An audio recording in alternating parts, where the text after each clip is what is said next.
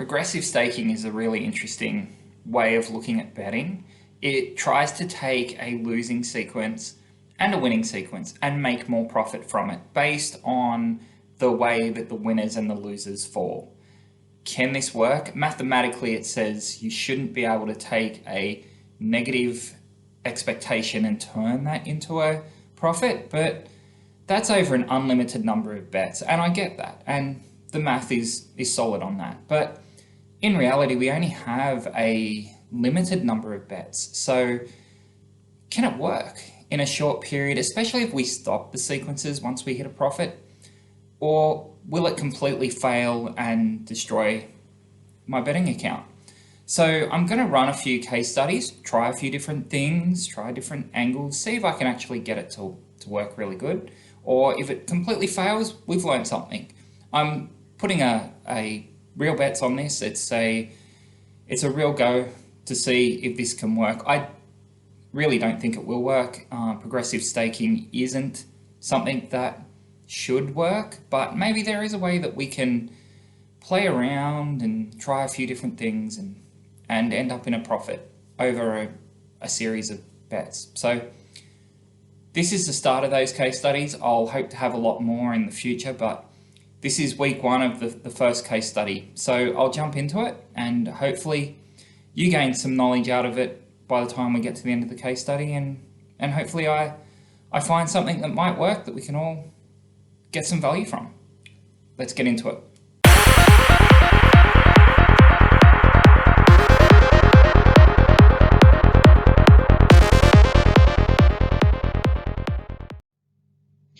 So as I said in the intro, this is a case study around sports betting where I'm trying to use progressive staking to see if I can take a negative expectation and turn it into a profit.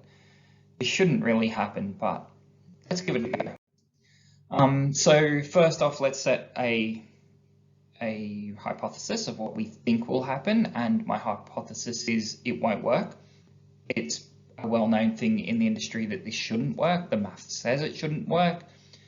That's really over an unlimited number of bets, but I'm looking at this over reality, and reality is a limited number of bets, and you can stop your betting at any point, and you can restart your series, and you can do a whole bunch of different things. So progressive staking, I know, does work with a positive expectation, providing you have a high enough strike rate and you do have that positive expectation to make a profit, then it should work. But in reality, well, I've always been told that if you try to use a negative expectation with a progressive staking plan, it's not going to work. So this video is just in case study is about trying to prove that is true or it's false, and maybe there's something we can learn from it.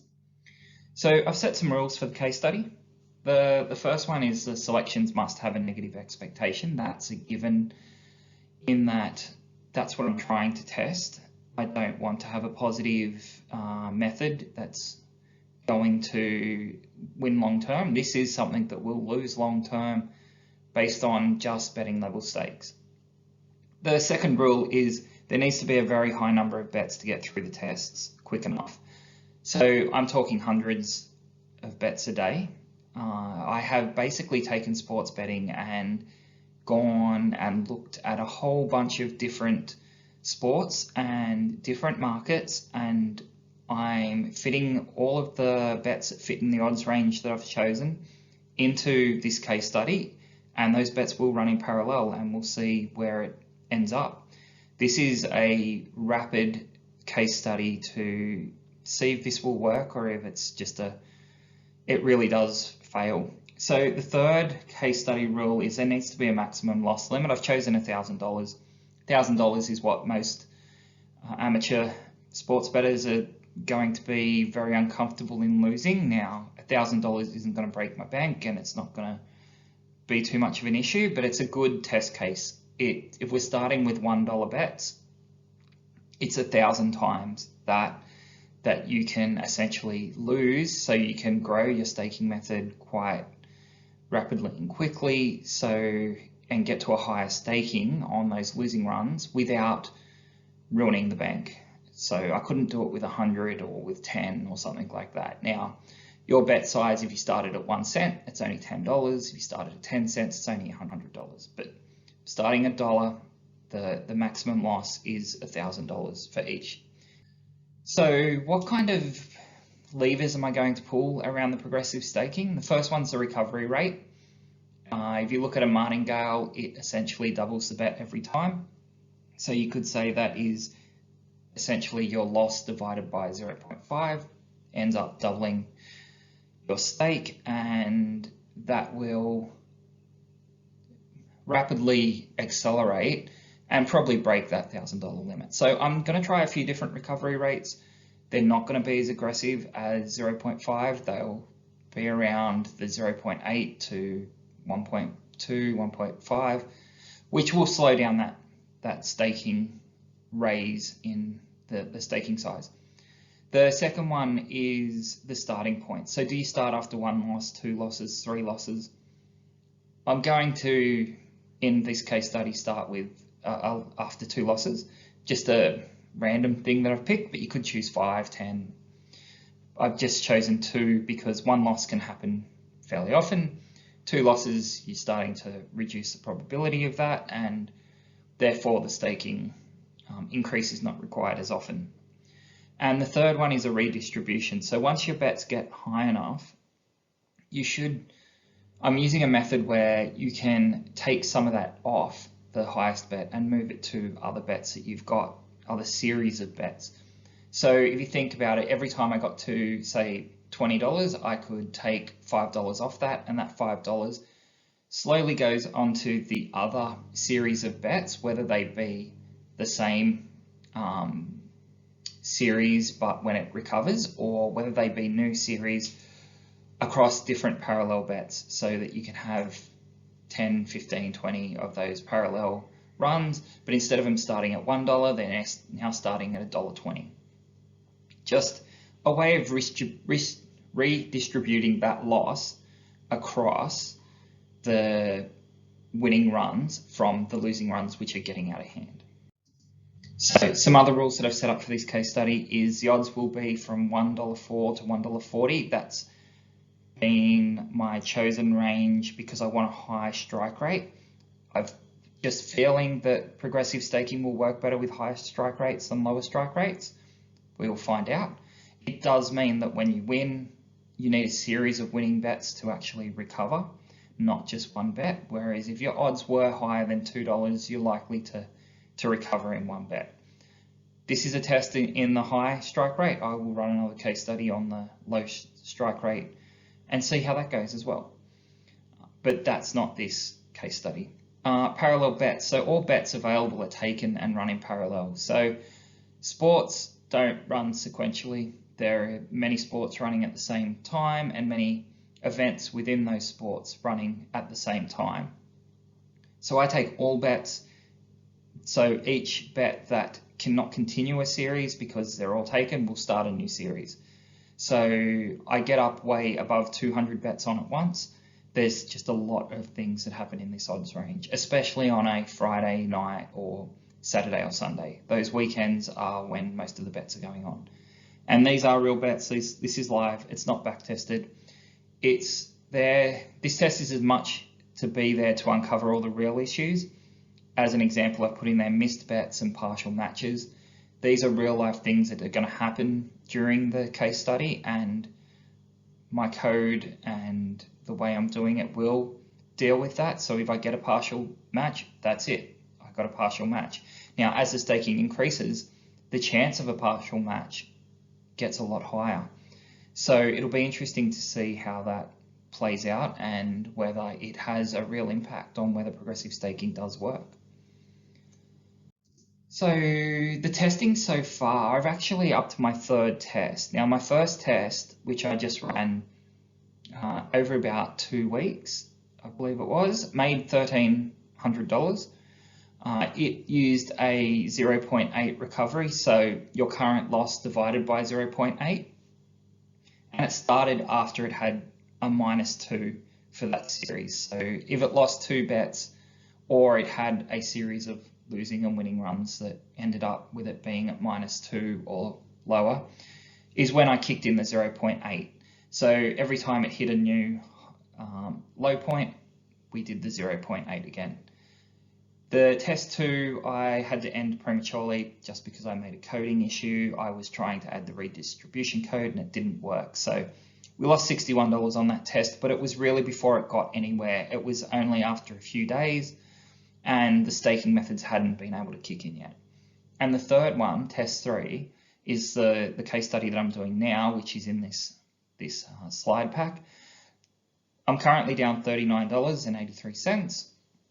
It's using a 1.1 recovery with a -2 starting point, and I'm adding in the distribution. So every time I get lower than -12 and need to recover $12 or more, I'm taking $2 of that and redistributing it over any of the parallel series which are currently in profit. So that's the testing so far. So let's look at this last test that I'm running. So this is where it gets interesting, and we can start to look at the numbers and deep dive a little bit here. So I started on the 29th of August and I started it late in the evening, around 9 o'clock at night. So I only got 100 bets on that night, which is still quite a few, but it's nowhere near what's been placed on the other days.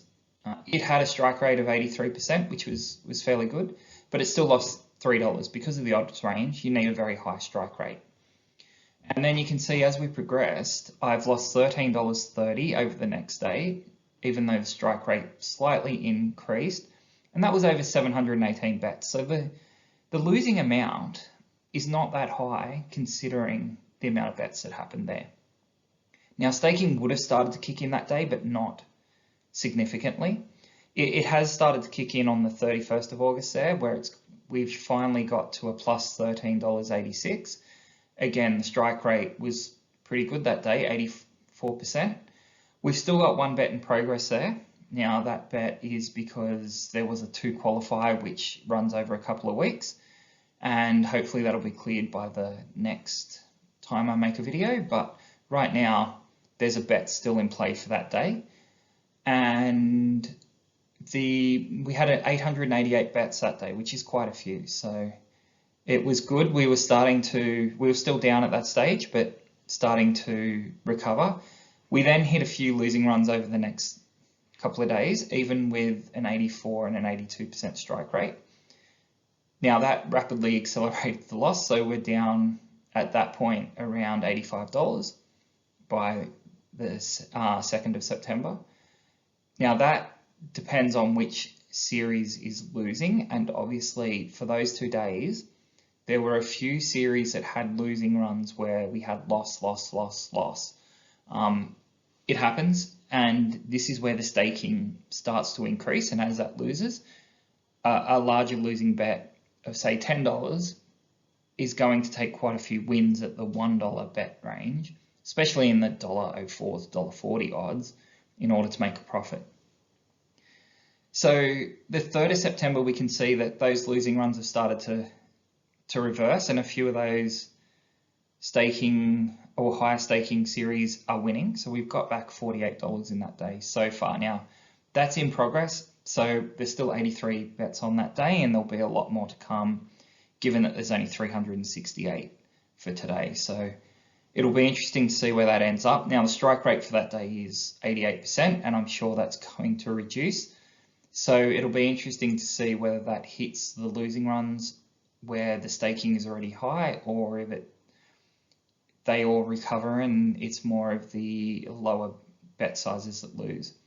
So far week 1, we're at negative $40. There's been over 3,300 bets, as I said, a lot of bets, and the strike rate's 84%, which is fairly good.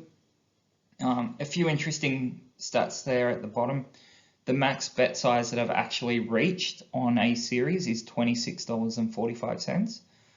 So it's currently in play, and if it loses that, obviously we're going to jump the losses considerably again.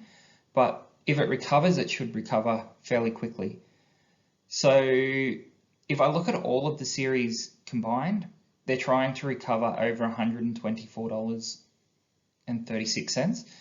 So that's the outstanding loss that are in series that are either currently showing a loss or have increased their staking and are trying to recover that amount. And if the sequences is how many series I have, so I call each series a sequence, and I've had up to 274 parallel series of bets running at one particular time. So that's generally on a Saturday.